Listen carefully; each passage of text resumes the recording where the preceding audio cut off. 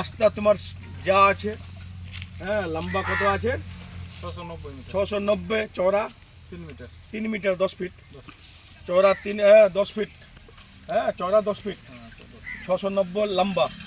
হ্যাঁ, ভালো করে কাজটা করায় নিতে হবে, আর ভালো করে কাজ করবে, ভালো এজেন্সি, হ্যাঁ, ভালো করে কাজ করবে। আরও দুই একটা কাজ করেছে, ও দেখলাম আমি, খুব ভালো কাজ।